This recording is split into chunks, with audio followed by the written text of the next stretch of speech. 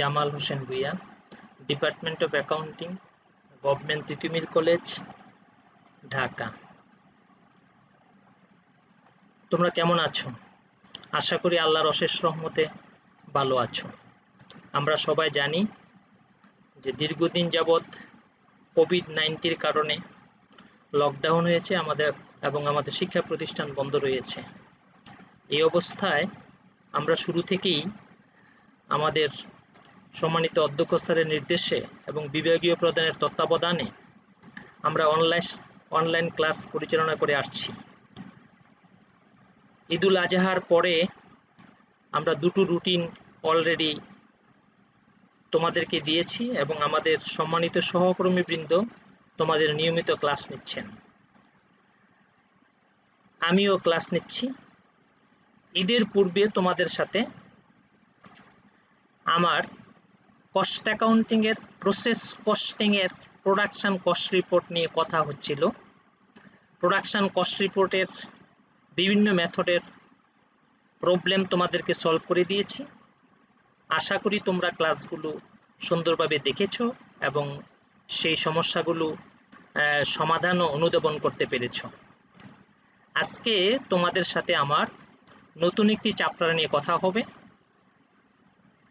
আমাদের বিষয় cost accounting, চ্যাপ্টারটি হচ্ছে অ্যাক্টিভিটি বেস কস্টিং, অর্থাৎ কার্যভিত্তিক ব্যয় হিসাব পদ্ধতি। এটি লেকচার নম্বর 6 তোমাদের সাথে।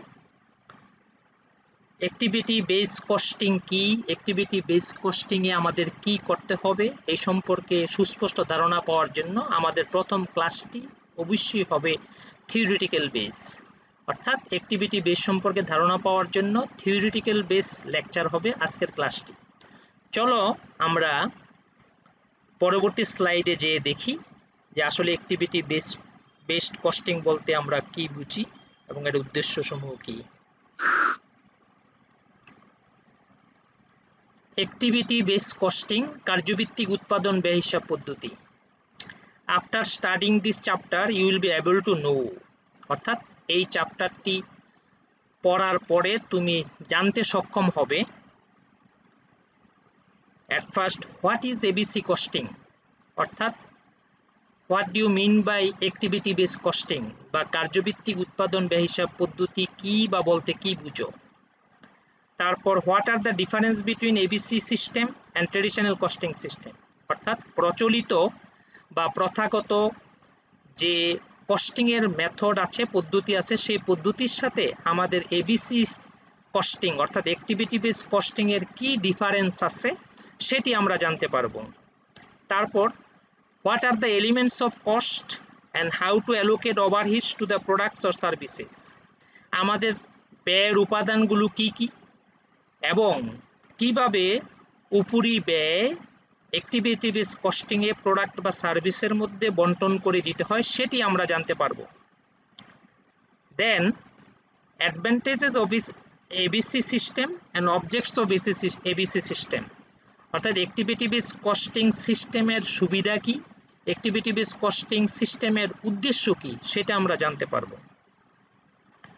দেন what is activity cost pool, activity cost pool কি, হোয়াট ইজ অ্যাক্টিভিটি মেজার কি বা পরিমাপগুলো কি কি, কস্ট ড্রাইভার ব্যয় পরিচালক কি, ওভার কস্টিং কি এবং আন্ডার কস্টিং কি ইত্যাদি বিষয় সম্পর্কে আমরা জানতে পারবো। তাহলে চলো আমরা যাই, একটি একটি করে আমরা আলোচনা করার চেষ্টা করি। Next slide. Activity based costing, কার্যভিত্তিক ব্যয় হিসাব পদ্ধতি। এই পদ্ধতি সম্পর্কে ধারণা পাওয়ার জন্য আমরা কিছু বিখ্যাত ব্যয় হিসাববিদগণ অ্যাক্টিভিটি বেসড কস্টিং সম্পর্কে কি বলেছেন সেই সম্পর্কে জেনে নেওয়া উচিত।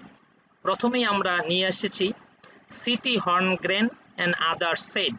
সিটি হর্নগ্রেন অ্যান্ড আদার্স বিখ্যাত কস্ট অ্যাকাউন্টিং এর লেখক, আমরা তার সংজ্ঞাটি দেখব।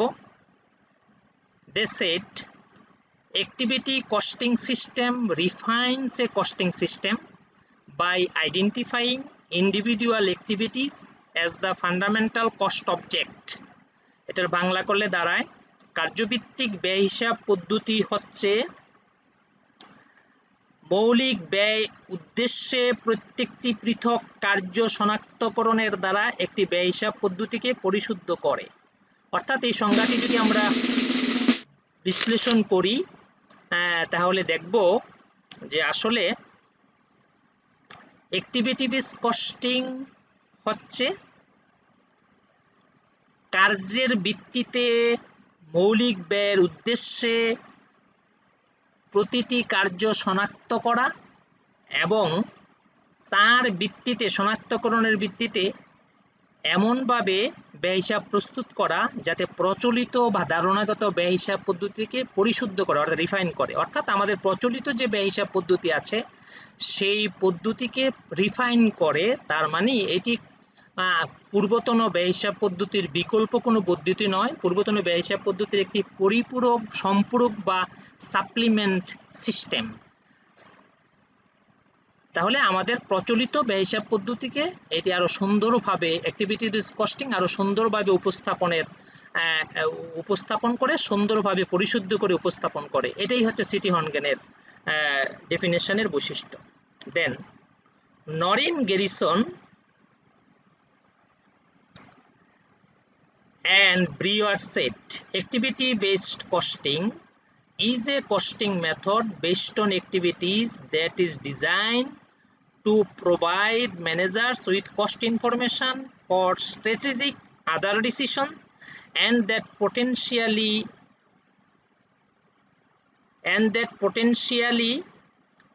affect capacity and therefore fixed as well as variable cost।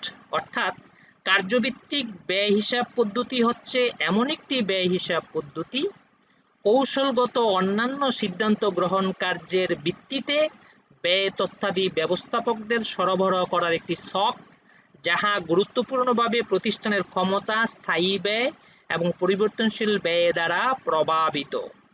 অর্থাৎ একটি ব্যয় হিসাব পদ্ধতি কৌশলগত সিদ্ধান্ত গ্রহণ করার জন্য এমন একটি ব্যয় হিসাব পদ্ধতি যা ব্যয় তথ্যাদি ব্যবস্থাপকের নিকট সুন্দরভাবে সরবরাহ করার একটি ছক বা ডিজাইন, যাহা প্রতিষ্ঠানের ক্ষমতা, ক্যাপাসিটি, স্থায়ী ব্যয় এবং পরিবর্তনশীল ব্যয় দ্বারা প্রভাবিত হয়। এই সকল তথ্যাদি এমন একটি পদ্ধতির নাম হচ্ছে activity based costing. Next slide.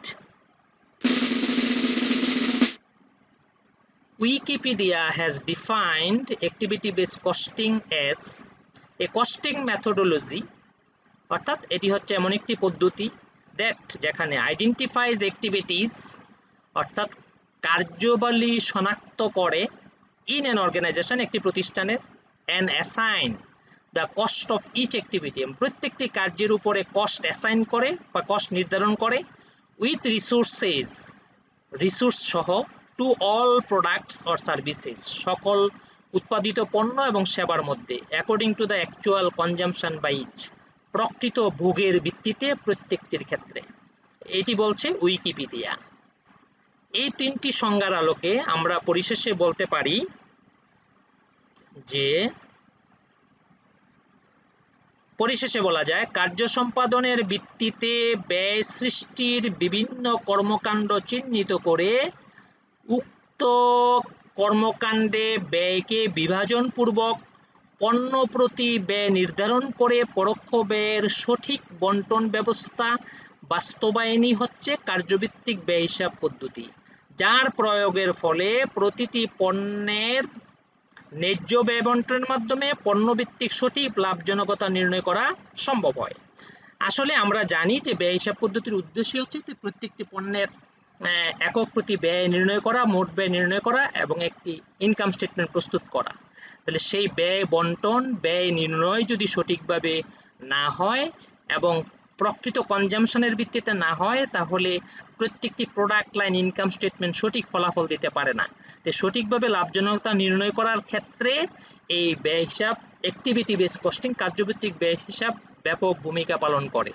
তাহলে কার্যভিত্তিক ব্যয় হিসাব বলতে আমরা সাধারণভাবে বুঝলাম যে আগে কার্য শনাক্ত করতে হবে, কার্যের ভিত্তিতে উপরিব্যয়কে বন্টন করতে হবে এবং সে অনুযায়ী একক প্রতি ব্যয় মোট ব্যয় নির্ণয় করতে হবে এবং তার ভিত্তিতে প্রোডাক্ট লাইন ইনকাম স্টেটমেন্ট প্রস্তুত করতে হবে এবং সেটি হবে সঠিক ইনকাম স্টেটমেন্ট এবং সঠিক সিদ্ধান্ত গ্রহণে এটি ব্যাপকভাবে সাহায্য করবে। তাহলে অ্যাক্টিভিটি বেস কস্টিং আমাদের প্রচলিত ব্যয় হিসাব পদ্ধতির কোনো বিকল্প পদ্ধতি নয়, এটি একটি সম্পূরক পদ্ধতি বা সাপ্লিমেন্ট করে বা রিফাইন করে আগের পদ্ধতিকে। এবার আমরা আসি যে অ্যাক্টিভিটি বেস কস্টিং অর্থাৎ কার্যভিত্তিক ব্যয় হিসাব পদ্ধতি এবং আমাদের প্রচলিত সনাতন ব্যয় হিসাব পদ্ধতি এ দুটোর মধ্যে কি ডিফারেন্স আছে বা কি মূল সমস্যাটা কোথায়। উৎপাদন ব্যয় নির্ধারণের বহুল ব্যবহৃত চিরাচরিত পদ্ধতি হচ্ছে ট্রেডিশনাল কস্টিং সিস্টেম। এই পদ্ধতিতে অর্থাৎ ট্রেডিশনাল কস্টিং সিস্টেমে অর্থাৎ আমরা পূর্ব থেকে যে পদ্ধতিতে ব্যয় হিসাব করে থাকি তার ভিত্তিতে পণ্যের প্রত্যক্ষ পরোক্ষ ব্যয় ধারাবাহিকভাবে লিপিবদ্ধ করে, আবার কখনো উৎপাদনের পরিমাণের ভিত্তিতে উপরিব্যয় বণ্টন করে কিংবা ব্যয় চালককে পরোক্ষ ব্যয় বণ্টনের ভিত্তি ধরে পণ্যের ব্যয় নির্ধারণ করা হয়ে থাকে। ফলে যে ব্যয় একটি পণ্যের উপর ধার্য হওয়া উচিত ছিল প্রকৃতপক্ষে তার চেয়ে কম বা বেশি ধার্য হয়ে থাকে। বেশি ধার্য হলে আমরা এটাকে বলে থাকি ওভার কস্টিং এবং কম ধার্য হলে আমরা এটাকে বলে থাকি আন্ডার কস্টিং। যার কারণে লাভজনক পণ্য অলাভজনক পণ্যে এবং অলাভজনক পণ্য লাভজনক পণ্য হিসাবে বিবেচিত হয়। পণ্যের আয় বিবরণী সঠিক ফলাফল দিতে পারে না। ব্যয় বণ্টনের এই অসুবিধা বা ত্রুটিপূর্ণ পদ্ধতি হচ্ছে সনাতন ব্যয় হিসাব পদ্ধতি। এই পদ্ধতির অসুবিধা দূর করার জন্যই কার্য ব্যয় হিসাব পদ্ধতির উদ্ভব হয়েছে। অর্থাৎ আমরা যদি উৎপাদনের পরিমাণের ভিত্তিতে বা ব্যয় চালকের ভিত্তিতে উপরিব্যয় বণ্টন না করে কার্যের ভিত্তিতে প্রতিটি কার্যের ভিত্তিতে আমরা উপরিব্যয় বণ্টন করে ব্যয় হিসাব প্রস্তুত করি তাহলে সেটি আরও বাস্তবসম্মত হবে এবং সঠিক ফলাফল দিতে সমর্থ হবে। এই জন্য ট্রেডিশনাল কস্ট সিস্টেমের পরিপূরক হিসেবে অ্যাক্টিভিটি বেস কস্টিং আবির্ভূত হয়েছে।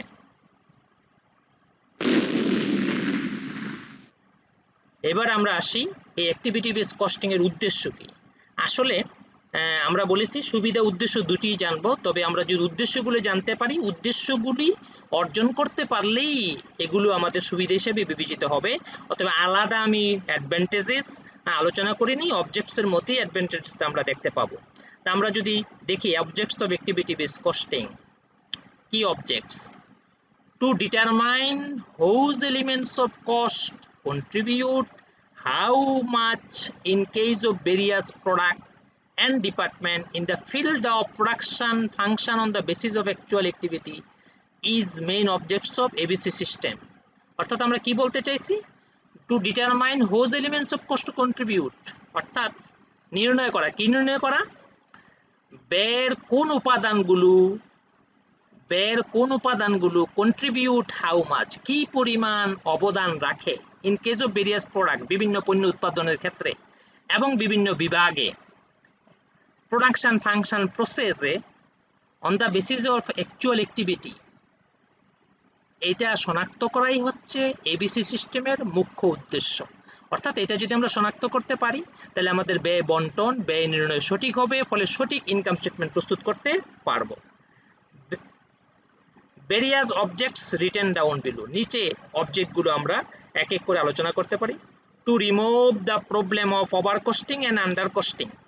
Over costing and under costing অর্থাৎ বেশি ব্যয় ধার্য এবং কম ব্যয় ধার্যের সমস্যাটি দূরীভূত করা সম্ভব। অর্থাৎ আমরা বলেছিলাম যে ট্রেডিশনাল কস্টিং সিস্টেমে যেহেতু উৎপাদনের পরিমাণের ভিত্তিতে কিংবা কস্ট ড্রাইভারের ভিত্তিতে ব্যয় বণ্টন করা হয়, ফলে দেখা যায় যে প্রোডাক্ট যে পরিমাণ ব্যয় পাওয়ার কথা তার চেয়ে বেশি হয়ে যায় অথবা কম হয়ে যায়। একটি পণ্য বা একটি সার্ভিসের একক যে পরিমাণ ব্যয় তার পাওয়া উচিত বা যে পরিমাণ ব্যয় তার উপর ধার্য করা উচিত তার চেয়ে যদি বেশি ব্যয় ধার্য করা হয় তখনই আমরা ওভার কস্টিং বলি, এবং যদি কম ব্যয় ধার্য করে তাহলে আমরা আন্ডার কস্টিং বলি।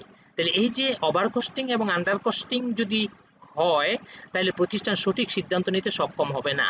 অতএব এই সমস্যাটি দূর করাই হচ্ছে অ্যাক্টিভিটি বেস কস্টিং এর উদ্দেশ্য। Number 2, to identify the profitable products and non profitable products. অর্থাৎ প্রতিষ্ঠানে অনেকগুলো পণ্য বা সেবা উৎপাদন হতে পারে, কোন পণ্যগুলো প্রফিটেবল এবং কোন পণ্যগুলি নন প্রফিটেবল এটি জানা একান্ত জরুরি ম্যানেজমেন্টের জন্য। এটা শনাক্ত করতে এবিসি কস্টিং ব্যাপকভাবে সাহায্য করে। Number 3, to help the management by providing actual cost information to take strategic decision.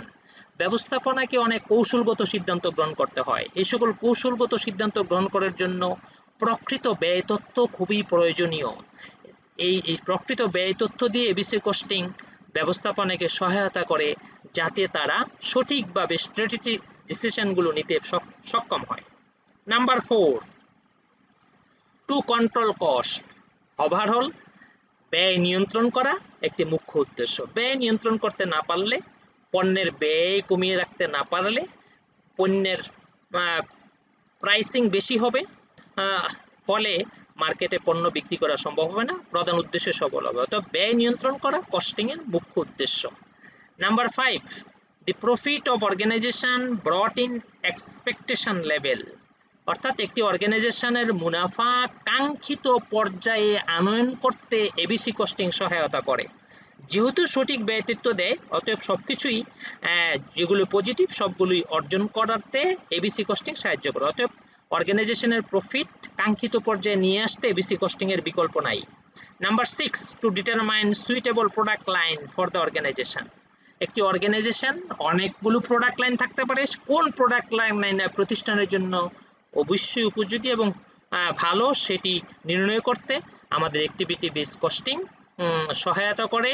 এবং এই অবজেক্টগুলি যদি আমরা অর্জন করতে পারি, তাহলে আমাদের অনেকগুলো সুবিধা আমরা পেয়ে থাকবো অ্যাক্টিভিটি কস্টিং। অতএব আমরা বুঝলাম যে অ্যাক্টিভিটি বেস কস্টিং এর অনেক সুবিধা আছে এবং অনেক উদ্দেশ্য অর্জন করা সম্ভব, যেগুলো অর্জন করলে একটি প্রতিষ্ঠান লাভজনক প্রতিষ্ঠানে পরিণত হতে পারে। এবার আসি সাম কি টার্মস অ্যাবাউট এবিসি সিস্টেম। কিছু টার্ম শব্দাবলী আছে এবিসি কস্টিং সিস্টেমে, সেগুলো সম্পর্কে একটু ভালো ধারণা রাখা উচিত আমাদের। আমরা পরবর্তী ক্লাসে ম্যাথমেটিক্যাল প্রবলেমে যাব, সেগুলো আমরা যদি বুঝতে চাই তাহলে এই সকল কি টার্মসগুলো সম্পর্কে ভালো জানা থাকা দরকার। প্রথমেই আমরা আসি, প্রথম আমরা যে একটি টার্ম লিখেছি অ্যাক্টিভিটি, তার মানে কার্য। কার্য কি? তা কার্যকে এইভাবে সংজ্ঞায়িত করা যায়, অ্যাক্টিভিটি হলো কোনো ইভেন্ট বা ঘটনা, অর্থাৎ প্রতিষ্ঠানের কোনো একটি ঘটনা বা ইভেন্ট যা ওভারহেড রিসোর্স ভোগ করে। ওভারহেড রিসোর্স অর্থাৎ যে সকল সম্পদ ব্যবহারের কারণে প্রতিষ্ঠানে উপরিব্যয় হয়ে থাকে সে সকল ঘটনা বা ইভেন্টগুলোই হচ্ছে এক একটা অ্যাক্টিভিটি। এবার আসি অ্যাক্টিভিটি কস্ট পুল, কার্য ব্যয় পুল। পুল মানে হচ্ছে একটা তালিকা বা একটা থলি বা একটা তাক, অ্যাক্টিভিটি কস্ট পুল। তাহলে কার্য ব্যয় পুল। অ্যাক্টিভিটি কস্ট পুল হলো প্রতিটি অ্যাক্টিভিটির জন্য গঠিত খরচসমূহকে একত্রে জড়ো করা, অর্থাৎ প্রত্যেকটি কার্যের জন্য কি কি খরচ বা ব্যয় হয়েছে সেগুলোকে একত্র করা বা একত্রে তালিকাভুক্ত করা বা তালিকায় একত্রে দেখানো, এটাই হচ্ছে অ্যাক্টিভিটি কস্ট পুল। এবার আসি অ্যাক্টিভিটি মেজার। অ্যাক্টিভিটি মেজার হচ্ছে উপরিব্যয় বন্টনের ভিত্তিতে। এই অ্যাক্টিভিটি মেজারগুলোর ভিত্তিতেই অ্যাক্টিভিটির উপরে আমরা উপরিব্যয় বন্টন করে থাকি। অ্যাক্টিভিটি মেজার আবার দুই ধরনের হতে পারে। আমরা যদি দেখি, ট্রানজ্যাকশন ড্রাইভার এক ধরনের, এক্ষেত্রে অ্যাক্টিভিটি মেজার সংখ্যায় প্রকাশ করা হয়, যেমন 400 জন গ্রাহক, 500 জন গ্রাহক ইত্যাদি। আরেকটা হচ্ছে ডিউরেশন ড্রাইভার, এক্ষেত্রে অ্যাক্টিভিটি মেজার সময়ে প্রকাশ করা হয়, যেমন 200 প্রত্যক্ষ মজুরি ঘন্টা, 200 hours labour hours, 300 machine hours etcetera. এইগুলি হচ্ছে ডিউরেশন ড্রাইভার। তাহলে দেখলাম অ্যাক্টিভিটি মেজারগুলো দুই ধরনের হতে পারে, transaction driver and duration driver. এবার হচ্ছে কস্ট অবজেক্ট, ব্যয় উদ্দেশ্য কি? ব্যয় উদ্দেশ্য হলো এমন কিছু যার জন্য ব্যয় বা খরচ পরিমাপ করা হয়। এটি সাধারণত কোনো পণ্য হতে পারে বা সেবা হতে পারে কিংবা প্রতিষ্ঠানের কোনো বিভাগও হতে পারে। বিভাগের জন্য আমরা ব্যয় পরিমাপ করে থাকি, কোনো সেবার জন্য ব্যয় পরিমাপ করে থাকি বা কোনো পণ্যের জন্য ব্যয় পরিমাপ করে থাকি। তাহলে ব্যয় উদ্দেশ্য হলো এমন কিছু যার জন্য খরচ ব্যয় পরিমাপ করা হয়। এটি সাধারণত কোনো পণ্য বা সেবা কিংবা প্রতিষ্ঠানের কোনো বিভাগও হতে পারে। তাহলে এই চারটি বিশেষ টার্ম আমাদের মনে রাখার দরকার আছে। অ্যাক্টিভিটি কি, অ্যাক্টিভিটি কস্ট পুল কি, অ্যাক্টিভিটি মেজার কি, কস্ট অবজেক্ট কি। Various types of application of ABC system. এই যে ABC activity base costing system আমরা প্রতিষ্ঠানে প্রয়োগ করব, প্রয়োগ করতে হলে কতগুলো পদক্ষেপের মাধ্যমে যেতে হবে। কি কি পদক্ষেপ গ্রহণ করলে অ্যাক্টিভিটি কস্টিং সিস্টেম প্রয়োগ করা যায় এবং অ্যাক্টিভেশন করা যায়। প্রথমতেই আমরা আসি, প্রথমে আমরা লিখেছি identification of activity cost pool and activity measure. প্রথমে আমরা একটু আগেই অ্যাক্টিভিটি কস্ট পুল কি এবং অ্যাক্টিভিটি মেজার কি সে সম্পর্কে আলোচনা করেছি কে টার্মে। তাহলে এখানে প্রথমেই হচ্ছে এবিসি কস্টিং যদি আমরা করতে চাই তাহলে প্রথমেই অ্যাক্টিভিটি কস্ট পুল শনাক্ত করতে হবে এবং অ্যাক্টিভিটি মেজার শনাক্ত করতে হবে। অর্থাৎ আমাদের অ্যাক্টিভিটি মেজারগুলো কি, লেবার আওয়ার, মেশিন আওয়ার, গ্রাহক সংখ্যা, ডিজাইন অর্ডার সংখ্যা ইত্যাদিগুলো। আর অ্যাক্টিভিটি কস্ট পুল কি কি কস্ট আছে প্রত্যেকটা অ্যাক্টিভিটির এগেনস্টে সেই কস্ট পুল ঠিক করতে হবে, প্রথম পদক্ষেপ। নাম্বার 2, 2 নম্বর পদক্ষেপ, assign overhead cost to activity cost pool. কার্যব্যয়ের তালিকা অনুযায়ী উপরিব্যয় ধার্য করা। অর্থাৎ আমরা যদি অ্যাক্টিভিটি কস্ট পুল বের করে ফেলতে পারি তাহলে আমরা ওভারহেড কস্টকে অ্যাক্টিভিটির উপরে বন্টন করে দিতে পারবো, তালিকা অনুযায়ী উপরিব্যয় ধার্য করে ফেলতে পারবো। এই ধার্য করা এটাই হচ্ছে assign overhead cost to activity cost pool. Number 3, determination of activity rate.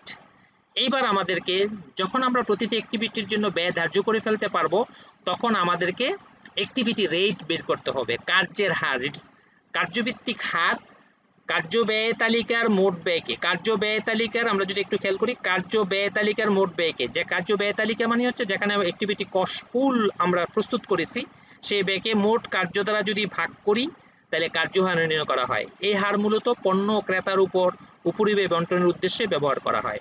তাহলে অ্যাক্টিভিটি রেট বের করতে হবে আমাদের 3 নম্বর পদক্ষেপ, অ্যাক্টিভিটি রেট, কার্য হার নির্ণয় করতে হবে। Number 4, assign overhead cost to cost object. ও কস্ট অবজেক্ট একটু আগে আলোচনা করেছিলাম। কস্ট অবজেক্ট হতে পারে একটি বিভাগ, হতে পারে একটি সেবা, হতে পারে একটি পণ্য। ব্যয় বস্তুর উপর উপরিব্যয় বন্টন, এই ধাপ দ্বিতীয় স্তরের বন্টন নামে পরিচিত, সেকেন্ড স্টেজ অ্যালোকেশন নামে এটি পরিচিত। এই ধাপে উপরিব্যয়গুলিকে কার্য হার অনুযায়ী ব্যয়ের উপাদানে বন্টন করা হয়। এটি একটি ইম্পর্টেন্ট জিনিস। নাম্বার 5 অবজেক্টস হচ্ছে প্রিপেয়ার ম্যানেজমেন্ট রিপোর্ট। তারপর আমরা ব্যয়ের একটি রিপোর্ট প্রস্তুত করি, সেই রিপোর্ট প্রস্তুত করে ম্যানেজমেন্টের কাছে সাবমিট করি। এই হচ্ছে পদক্ষেপগুলো। তাহলে আমাদের প্রথম পদক্ষেপ হচ্ছে identification of activity cost pool and activity measure. Second step হচ্ছে assign overhead cost to activity cost pool. Third objects steps হচ্ছে determination of activity rate. 4 step হচ্ছে assign overhead cost to cost object. Number 5 steps হচ্ছে prepare management report. এই ছিল আমাদের activity base costing এর অ্যাপ্লিকেশনের পদক্ষেপগুলো, একটার পর একটা এরকম 1 2 3 4 সিরিয়ালি এই কাজগুলো করে যেতে হবে। সিরিয়ালি কাজগুলো করতে গেলেই আমাদের ম্যানেজমেন্ট রিপোর্টও প্রস্তুত হয়ে যাবে। Next slide.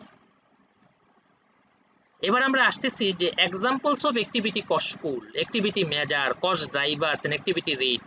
আমরা সংজ্ঞাগত ধারণা দিয়েছি অ্যাক্টিভিটি কস্ট পুল কি, অ্যাক্টিভিটি মেজার কি, কস্ট ড্রাইভারস কি এন্ড অ্যাক্টিভিটি রেট কি।